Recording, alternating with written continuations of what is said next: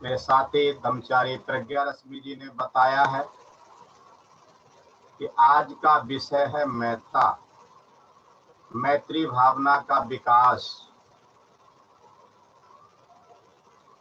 सही में जितनी जरूरत भगवान बुद्ध के समय में मानवों को इस मैत्री की जरूरत थी,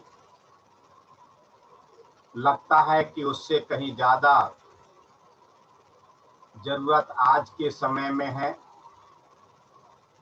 आज भी लोग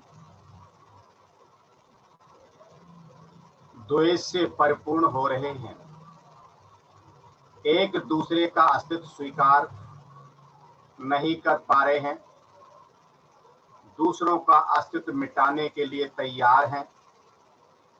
प्राणियों के प्रति दया और करुणा कम होती जा रही है। भगवान बुद्ध की जो 4 महान और अद्भुत गुण हैं, मैत्री, करुणा, वीर्य और प्रज्ञा, तो उसमें सबसे पहले नंबर पर आता है वो है मैत्री। इसलिए भगवान बुद्ध को मैत्री और करुणा के महासागर कहा जाता है।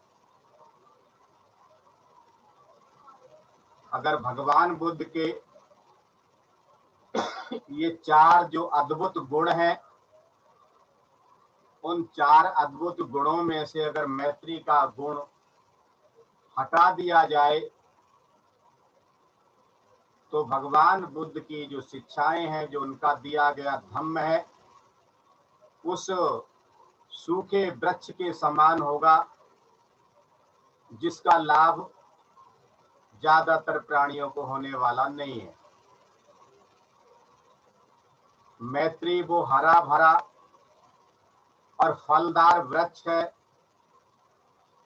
फूलों से लदा हुआ वो वृक्ष है जिसके फूलों की खुशबू चारों तरफ जाती है।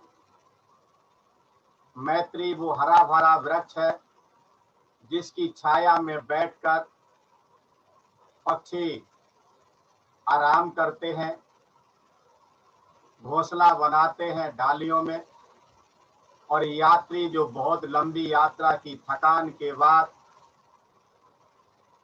जब कुछ पलों के लिए आराम से उस वृक्ष के नीचे बैठते हैं, उन्हें बहुत ही सुखद और शांति का अनुभव होता है। इसके साथ ही साथ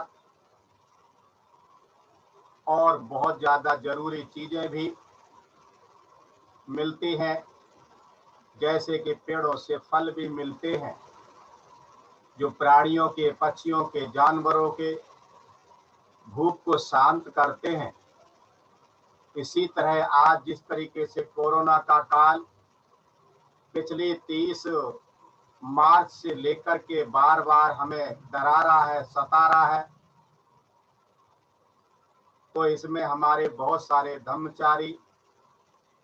धम्मचारियों ने जो लगभग देश और विदेश के 45 से लेके 55 देशों के अंदर कार्यरत हैं, अपनी जान को हथेली पे रख करके भूखे लोगों को खाना खिलाया है, राशन दिया है, जरूरी वस्तुओं को उपलब्ध कराया है। ये मैत्री का ही गुण है। ये तथागत सम्यक संबुद्ध की मैत्री और करुणा का ही गुण है, जिसको सही माने में बोधिसत्व बाबा साहब के बाद अगर किसी ने इसको सही तरीके से समझा है तो त्रियत्न बौद्ध महासंघ के संस्थापक पूज्य भंते उर्गेन संगरक्षित जी ने समझा है, जिन्होंने गोल्डन नेट के माध्यम से पूरे संसार में इस मैत्री को फैलाया है, जिसको स्वर्ण जाल कहा जाता है। आज भी जहां कोरोना काल में, जैसा कि आचार्य शांति देव कहते हैं कि चाहे भले बाह्य जगत में अशांति हो, परंतु यहाँ मात्र शांति रहे। चाहे बाह्य जगत में देश द्वेष की ज्वाला में धधक रहा हो, मगर मंत्र यहाँ मैत्री रहे, करुणा रहे, शांति रहे। ऐसे महान शब्दों को चरितार्थ आज पूज्य भंते उर्गेन संरक्षित ने किया है। आप सभी देख रहे हैं दिल्ली केंद्र की तरफ से लगातार 22 जून से लेकर के ये जो कार्यक्रम ऑनलाइन चल रहा है, सही में जब हम आते हैं हमारे मन का जो तनाव है कुछ कम होता है, और इसकी जो देन है, इसका जो श्रेय है दिल्ली केंद्र का, विशेषकर पूरी तरीके से उत्तर भारत के नहीं पूरे भारत के कल्याण मित्र, एक अच्छे धम्म के प्रवक्ता और मेरे जैसे न जाने कितनों के कल्याण मित्र आचार्य पूज्य धम्मचारी बोधि सागर जी को जाता है। मुझे याद आती है मेरठ के क्षेत्र में गांव लिसाड़ी में एक धम्म मित्रों की परिषद हुई थी और वहां पर धम्मचारी बोधि सागर जी का एक टॉक था। सही में वो टाक मेरे रोम रोम में आज भी बसा हुआ है, हिला देता है। उनके जो शब्द है, जो उनका सार है, वो मेरे शब्दों में इस तरीके से है, जागा मन का जमीर रे, जागे मन का जमीर रे, परिषद बड़ी गंभीर रे, ऐसा संघ ना मिले दुनिया में, ऐसी मेरे मन की पीर रे। ऐसी तड़प है, ऐसा संग मिलने वाला नहीं। और वहां पर बोधि सागर जी ने क्या शिक्षा दी थी? आई कैन नॉट फॉरगेट, नहीं भूल सकता मैं। वो क्या कहते थे वहां पर मेरे कल्याण मित्र, मेरे आचार्य बोधि सागर जी क्या कह रहे थे वहां? मुझे आज भी वो मेरे शब्द मेरे कानों में गूंज रहे हैं कि सुसंवाद करो जीवन में, सुसंवाद करो जीवन में, यह बोधि सागर जी ने बताया है। काया कम हो या बचो कम हो, मनो कम समझाया है। केवल मैत्री काया से नहीं होती है, केवल मन से नहीं होती है, इसके साथ साथ हमारी वाणी जो है, ये दोनों के बीच में जो संतुलन करने का काम करती है, जो सुसंवाद को स्थापित करती है, जो ममता पूर्ण होती है, जोड़ने वाली जो वाणी होती है, उसको सुसंवादता कहा जाता है। सुसंवाद करो जीवन में, यह बोधि सागर जी ने बताया है। काया कम हो बचो कम हो या मनो कम समझाया है। और आगे क्या उन्होंने बोला है? मैत्री का रहे भाव रे, कल्याण मित्रता का श्राव रे, ऐसा संग ना मिले दुनिया में, ऐसा ही रहे भाव रे। अगर हमने कल्याण मित्रता को समझ लिया, मैत्री को समझ लिया, करुणा को समझ लिया, तो फिर मानव तो मानव, सारे प्राणी भी हमारे अपने हो जाएंगे। ये जो भाव है, ये हमारे अंदर, हमारे मन के अंदर पूरी तरीके से उतर जाना चाहिए। इस तरीके से हमारा मैत्री का भाव रहना चाहिए, कल्याण मित्रता का भाव रहना चाहिए, करुणा का भाव रहना चाहिए। तो जो आज का जो विषय है वो है मैत्री। और मैत्री है क्या? बहुत सारी बातें आपको समझाई हैं। मैत्री मन की आंतरिक भावनाओं से दिया गया प्रतिसाद मैत्री कहलाता है। जब तक यहाँ पर टच नहीं होती है लोगों की भावनाएं, मैत्री का निर्माण नहीं हो सकता। दर्शन मार्ग में तो हम जा सकते हैं, लेकिन भावना मार्ग में नहीं जा सकते। इसके लिए बहुत ज्यादा चिंतन की, बहुत ज्यादा अभ्यास की जरूरत है। जैसा कि मैंने अभी बताया था कि वहां पर बाहरी दुनिया में द्वेष है, रागाग्नि से भभक रहा है, द्वेषाग्नि से भभक रहा है। हमें इनसे बचना है, हमें इनसे बचना है। लेकिन बचने से पहले हमें इसको और अच्छी तरीके से समझना भी है। ये जो मैत्री है, मैत्री है क्या? क्योंकि कुछ लोग जो है प्रेम को भी मैत्री समझते हैं, मित्रता को भी मैत्री समझते हैं, लेकिन मित्रता और मैत्री में बहुत बड़ा फर्क होता है। हमें इस बात को अच्छी तरीके से समझना है। कैसे समझना है? कि मैत्री के बारे में बताया है कि मन की आंतरिक भावनाओं से दिया गया जो प्रतिसाद है वो ही मैत्री कहलाता है। लेकिन मित्रता में ऐसा नहीं होता है। मित्रता में क्या होता है? मित्रता में एक दूसरे के प्रति आकर्षण होता है, एक दूसरे के प्रति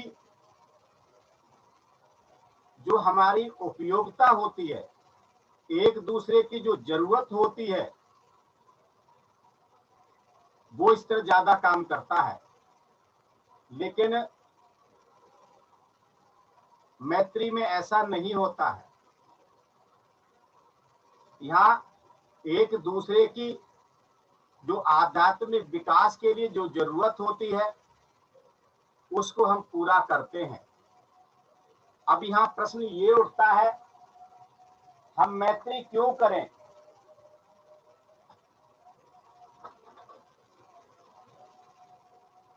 क्योंकि हमारे मन के अंदर द्वेष बार बार आता रहता है। जो द्वेष है जो एक काली की तरह होता है, जो हमारे मन को जिस तरीके से कोयला प्रज्वलित होता धधकने लग जाता है, ऐसे ही जरा सा हमारा कहीं पर टकराव हुआ विचारों का तो हमारा मन भी द्वेष अग्नि से धधकने लग जाता है। तो हमें इस पर कार्य करना है और उसका और कोई दूसरा रास्ता नहीं है, वो है मैत्री भावना का विकास। तो राग के बारे में मैं एक धम्मपद से एक कथा उसको मैं कहना चाहता हूं। राग के समान आग नहीं है। भगवान बुद्ध कहते हैं राग के समान आग नहीं है, मल बग्गो से है। भगवान के जेठ वन में बिहरते समय एक दिन 5 उपासक धर्म श्रवण करने के लिए आए। उन्होंने भगवान के उपदेश देते समय ठीक से नहीं सुना। और कई बार ऐसा होता है, हमारे मन में भी होता है कि हम भी कई बार ठीक से नहीं सुनते, चाहे कितनी भी गंभीर क्यों न बात हो, कितनी भी हमारे भले की क्यों न हो, लेकिन कई बार हम नहीं सुनते। ऐसा ही हुआ, उन्होंने ठीक से नहीं सुना। उनमें से कोई बैठे बैठे सोने लगा। भाई और बहनों, बुरा मत माना, अधिकतर हम में से भी लोग जब यहाँ आते हैं ऑनलाइन हो रहा वीडियो अक्सर बंद कर लेते हैं। उनमें से सारे तो नहीं, कुछ लोग ऐसा ही करने लग जाते हैं। उनमें से कोई बैठे बैठे सोने लगा, कोई ऊपर को देखने लगा। तब आनंद स्त्री ने भगवान बुद्ध से पूछा, भंते, आपके इतने सुंदर उपदेश करने पर भी ये क्यों नहीं सुन रहे हैं? अभी 4 दिन, बल्कि कहा जाए तो 6 दिन बोधिसत्व बाबा साहब के ऊपर इतना सुंदर प्रवचन हुआ ब्रह्मचारी विमल सिद्धि का। उन्होंने पूरा त्रिपिटक 5 दिन में उतार दिया और इतना ममतापूर्ण वाणी में प्रवचन किया। बहुत सारे लोग, अधिकतर लोग मंत्र मुग्ध हो गए। बहुत सारे धर्मचारियों ने मुझे कॉल किया, क्या मुझे इसकी वीडियो मिलेगी? अरे बिल्कुल मिलेगी, लेकिन शिविर के बाद मिलेगी। और वो मैंने कार्य पूरा भी कर दिया है। जो 5 टॉप थे बोधिसत्व की 4 प्रतिज्ञाओं के पूरे यूट्यूब चैनल TBM दिल्ली पर हमने अपलोड कर दिए हैं, और वो 5 मैंने ब्रह्मचारी विमल सिद्धि को सौंप दिए हैं, भेंट कर दिए हैं, ताकि अन्य लोगों का भला हो सके। इतना महत्वपूर्ण प्रवचन बोधिसत्व के ऊपर।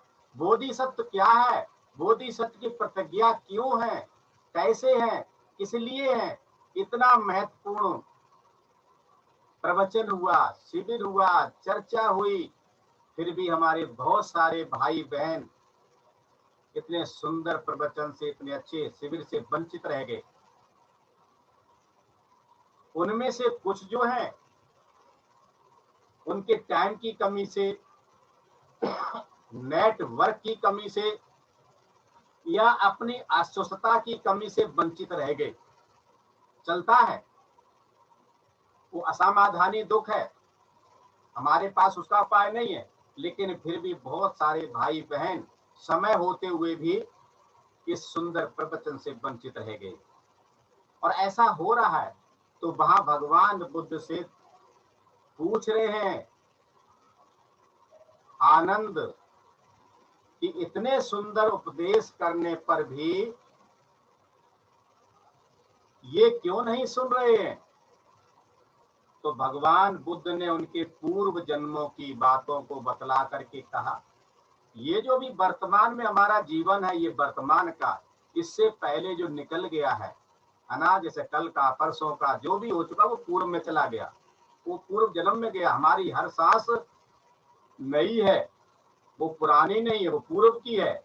इसी तरीके से पूर्व जन्म को हमें समझना चाहिए। तो भगवान बुद्ध उनसे कहते हैं, आनंद, राग, द्वेष, मोह और तृष्णा के कारण धर्म श्रवण नहीं कर सकते हैं। अगर हम वंचित रह रहे हैं तो कहीं न कहीं इन 3 चीजों का प्रभाव मेरे मन पे भी कहीं न कहीं है। राग की आग के समान दूसरी आग नहीं है। राग के समान कोई दूसरी आग नहीं है। राग के बारे में बहुत अच्छी तरीके से समझाया जा रहा है, इसलिए मैं उस पर ज्यादा कुछ नहीं बोलने वाला। आगे कहते हैं, वह राख को बिना छोड़े हुए प्राणियों को जलाता है। कौन? राग राख कर देता है। यद्यपि 7 सूर्यों के उत्पन्न होने पर उत्पन्न हुई कल्प विनाशक, कल्प विनाशक का मतलब है थोड़ी सी भी, कल्प विनाशक आग भी बिल्कुल ही लोक को जला डालती है, किंतु वह कभी कभी ही जलाती है। थोड़ी सी आग भी है ना, बिल्कुल ही लोक को जला डालती है, किंतु वह कभी कभी ही जलाती है। राग की आग के जलाने का समय नहीं है भाइयों और बहनों, इसलिए राग के समान न जाने कब ये राग आ जाए, ये राग रूपी ज्वाला न जाने कब हमारे मन में आ जाए। राग की आग के जलाने का समय नहीं, इसलिए राग के समान आग, द्वेष के समान ग्रह, मोह के समान जाल और तृष्णा के समान नदी नहीं है। इनके समान कोई नदी नहीं है। कहते हुए इस गाथा को कहा, क्या कहते हैं भगवान बुद्ध?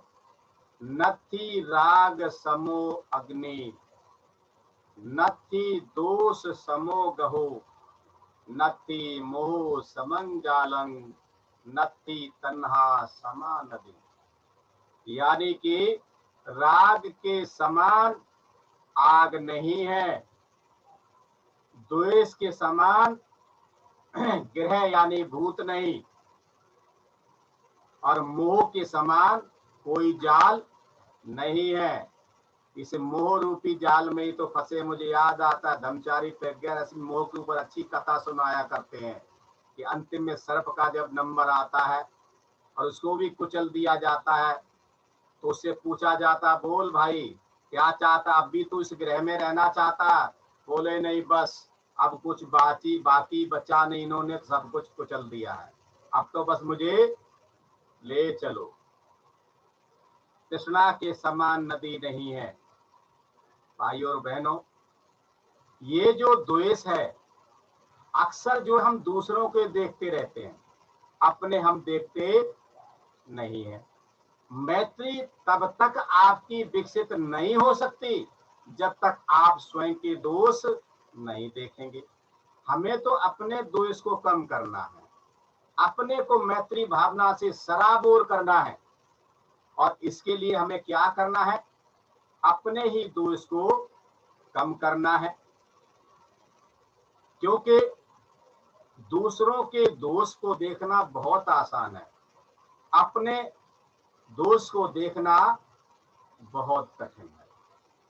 सही में हम देखते ही नहीं है। इसीलिए तो बहुत सारे हमारे मित्र भाई बहनें जब मैत्री भावना का विकास करते हैं, उसका श्राव करते हैं,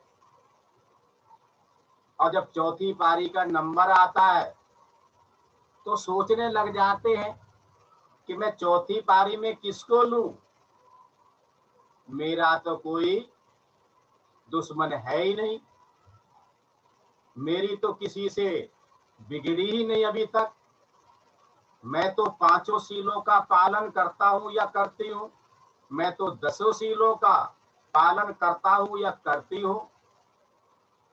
भगवान बुद्ध कहते इसका कोई समय नहीं है, ना जाने कब निवास कर जाए, ना जाने कब आ जाए। अभी 2 दिन पहले ही बताया था, जो हमारे 4 विप्रयास हैं और 4 प्रयास हैं, उनके बारे में अच्छी तरीके से बताया था। तो अक्सर हम क्या करते हैं, दूसरों के दोष देखते, बहुत आसानी है इसमें, ज्यादा हमें मेहनत नहीं करनी पड़ती है और अपने पे मेहनत करनी पड़ती। यहाँ भी एक मैं दूसरी गाथा को कहना चाहता हूँ। भगवान बुद्ध कहते हैं दूसरे का दोष देखना बहुत आसान है। ये मेंढक की कथा है। एक समय शास्ता अंगुराप में चारिका करते हुए जाकर के जातिया वन में विहार करते थे, और वहां पर मेंढक सृष्टि भगवान के आगमन को सुनकर के उनके दर्शन करने के लिए जाने लगा। रास्ते में जो तैरथिंग थे यानी जैन लोग थे, उन्होंने जब उसे देखा, उसे देख करके बोले, क्यों तुम क्रियावादी होते हुए भी अक्रियावादी के पास जा गए हो, वहां क्या मिलेगा तुम्हें, कहकर रोकना चाहा, किंतु जो मेंढक सृष्टि है वो नहीं रुका। वह भगवान के पास जाकर के वंदना कर एक ओर बैठ गया। भगवान सम्यक संबुद्ध ने उसे कथा कहकर के उसको उपदेश दिया। जब उसने ध्यान से सुना, भाइयों और बहनों, भगवान बुद्ध को जो भी सुनता था उसे तुरंत ही उसका फल मिलता था। और यहाँ भी उसको जो है, जैसे उसने सुना वो तुरंत श्रोतापन को प्राप्त हो गया, उसके 3 बंधन नष्ट हो गए। कौन से 3 बंधन? सत्काय दृष्टि, विचिकित्सा और शील व्रत परामर्श। ये जो 3 बंधन है, ये ही हमें आगे बढ़ने नहीं देते हैं। और इसीलिए तो हमने शुरुआत में अपने आचार्य को याद करके कहा था, सही में वो श्रोतापन्न है।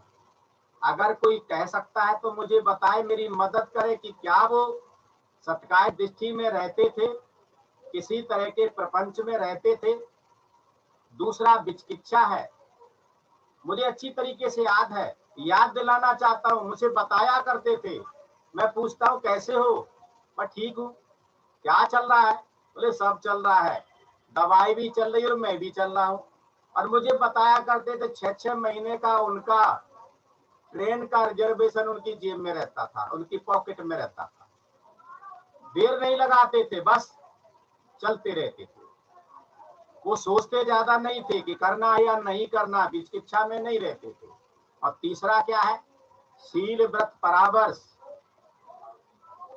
वो किसी भी तरीके का दिखावा नहीं करते। आपने उनका खाना देखा होगा, ध्यान से जब गए होंगे, आपने उनका पहनावा देखा होगा, आपने उनकी वाणी देखी होगी। 2 तरह की वाणी होती है, एक होती है जोड़ने वाली, एक होती है तोड़ने वाली। एक होती है प्रतिसाद देने वाली, एक होती है प्रतिक्रिया करने वाली। मैंने कभी उनको प्रतिक्रिया देते हुए नहीं सुना। अगर मैंने भी स्वयं किसी के बारे में कुछ बोला तो उन्होंने प्रतिक्रिया नहीं की, प्रतिसाद दिया। इस तरीके से वहां भगवान बुद्ध की कथा को सुन करके वो मेंढक श्रेष्ठी सुनते सुनते श्रोतापन हो गया। और उसने जाकर के जिन्होंने रोका था उसे मार्ग में, उन तीर्थंकरों ने, जैन मुनियों ने उनको जाकर के पहले भगवान बुद्ध को बताया। उसने इस तरीके से मुझे रास्ते में रोका गया। तो भगवान बुद्ध ने उस श्रेष्ठी को क्या समझाया? भगवान बुद्ध कहते हैं कि हे श्रेष्ठी, हे गृहपति, ये प्राणी, शब्द सुनिए क्या कह रहे हैं भगवान बुद्ध। ये प्राणी अपने महान दोष को भी नहीं देखते हैं। छोटा मोटा तो छोड़ो, महान दोष को भी नहीं देखते हैं, किंतु अविद्यामान भी दूसरे के दोष को विद्यमान करके स्थान स्थान उड़ाते फिरते हैं। जिनको अभी प्रज्ञा की प्राप्ति नाम मात्र की भी नहीं है, वो स्मृतिवान नहीं है, जो प्रज्ञावान नहीं है, वो दूसरों के दोष को इधर उधर उड़ाते फिरते रहते हैं। कहकर के इस गाथा को कहा। क्या कहते भगवान बुद्ध? सुदर्शन वज्रमयन संग अतनोपना शुद्ध संग परेशम ही सो वज्जानी ओडु ओ पुणापी यथा भूषण, यानी भूसे की भांति। अतनोपन छादेती कलिमम कितबा सठो। दूसरे अर्थात दूसरे का दोष देखना आसान है, किंतु अपना दोष देखना कितना कठिन है। यह पुरुष दूसरों के ही दोषों को भूसे की भांति, भूसा तो आप समझते ही होंगे, भूसे की भांति उड़ाता फिरता है, किंतु जो अपने दोष हैं, अपनी जो कमजोरियां हैं, अभी आपने सुना होगा दूसरी ही का नाम प्रतिज्ञा थी बोधिसत्व की। क्या है उसके अंदर? मुझ में अनंत कमजोरियां हैं। कौन कह रहा है? बोधिसत्व कह रहा है। बोधिसत्व कह रहा है कि मुझ में अनंत कमजोरियां हैं। और आम आदमी जिसके अंदर द्वेष भरा हुआ, वो क्या कहता है? मेरे अंदर कोई कमी नहीं है। वो दूसरे की कमियों को दोष भूसे की तरह उड़ाता फिरता रहता है, लेकिन अपने दोषों को, अपनी जो कमियां हैं, उन कमियों को वैसे ही ढकता है जैसे बहेलिया शाखाओं से अपने शरीर को। बहेलिया जब शिकार करता है, पेड़ के अंदर छिपता है और अपने आप को पत्तियों डालियों के बीच में छिपा लेता है और दूसरे पर निशाना साधता है। इसी तरीके से हमारा भी स्वभाव बन जाता, हम भी दूसरों के दोष को देखते रहते हैं और अपना दोष नहीं देखते हैं। तो हमारे इस मैत्री भावना का विकास करना है। अगर हमने तीन बंधनों को तोड़ना है, अगर हमने श्रोतापन्न अवस्था को प्राप्त करना है, तो हमने आज की ध्यान साधना में अपने दोषों को देखना है। जब भी दूसरा, तीसरा, चौथे का नंबर आता है, विशेषकर चौथे का नंबर आता है, तो क्या करना है कि हमें दूसरों के दोष को नहीं देखना है, उसके गुणों को देखना है। उस समय दोष कितने किसके देखने हैं? अपने दोषों को देखना। अगर हम ऐसा करते हैं और आज इस तरीके से मैत्री भावना का अभ्यास करते हैं, तो मुझे लगता है आज की हमारी मैत्री भावना का विकास बहुत लाभकारी हो सकता है। हमने किस तरीके से करना है? सबसे पहले तो बहुत अच्छी बैठक करनी है, बहुत सीधी सरल सहज करनी है, आरामदायक करनी है। और हो सके तो बैठक से पहले उठ के खड़े होकर अपने शरीर को हिला डुला लेना है, फिर दोबारा बैठना है और उसके बाद अपने शरीर को देखना है, उसके बाद अपनी सांस को देखना है, उसके बाद अपने विचारों को देखना है, उसके बाद अपने मन को देखना है। क्या मन हमारा आज मैत्री भावना के लिए तैयार है या नहीं है? अगर नहीं है तो उस बालक की तरह, जो छोटा बालक नाराज होता है ना, उसको ले दे करके पुचकार के अपने पास लाते, ऐसे ही किसी न किसी तरीके से अपने मन को अपने पास सहजता से लाना है। और जब हमारा मन तैयार हो जाए तो संकल्प लेना, आज हमने 30 मिनट 35 मिनट जो भी हमारे पास समय है, पूरा का पूरा मन मैत्री भावना में लगाना है और फिर स्वयं के प्रति मैत्री करनी है। क्यों करनी है? भगवान बुद्ध कहते हैं ना, दुनिया में नजर पसार करके देखो, अपने से प्यारा कोई नहीं दिखता है। इसलिए हमने सबसे पहले अपने आप से मैत्री करनी है और दूसरे नंबर पर किससे करनी है? अपने प्रिय दोस्त के साथ, महिलाओं के लिए सहेली के साथ, सुख दुख में जो साथी है।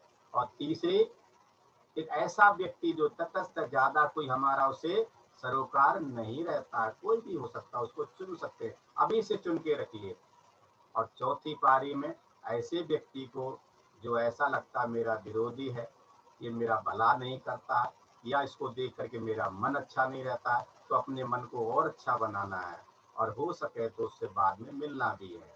और पांचवी पारियों में आज बहुत सारे लोग इस कोरोना महामारी के दौरान हमारे संघ के बंधु, ब्रह्मचारी, ब्रह्मचारी बहनें और बहुत सारे भाई बहन, अड़ोसी पड़ोसी रिश्तेदार जा रहे हैं। हमें उनको ख्याल में रखते हुए उनके परिवार के प्रति जो जीवित हैं, उनके लिए मैत्री का विकास करना है। अगर इस तरीके से हम करते हैं, स्वयं से लेकर के समस्त प्राणी मात्र के हित के लिए, तो मुझे लगता है ये मैत्री हमारी सार्थक होगी, हमारा मन शांत होगा, हमें सुख शांति का आनंद मिलेगा, बहुत बड़ा हमें सुकून मिलेगा। इस तरीके से हम मैत्री भावना का विकास कर सकते हैं। तो आज मैत्री भावना के ऊपर मैंने कुछ बोलने का प्रयास किया है, आप सभी ने ध्यान से सुन लिया है, तो मैं आप सभी का बहुत बहुत साधुवाद करता हूँ। दिल्ली केंद्र ने मुझे मौका दिया है, विशेषकर ब्रह्मचारी प्रज्ञा रश्मि जी ने, तो मैं उनका भी साधुवाद करता हूँ, पुण्यानुमोदन करता हूँ और यहीं रुकता हूँ। आप सभी को मेरा मैत्रीपूर्ण जय भीम, नमो।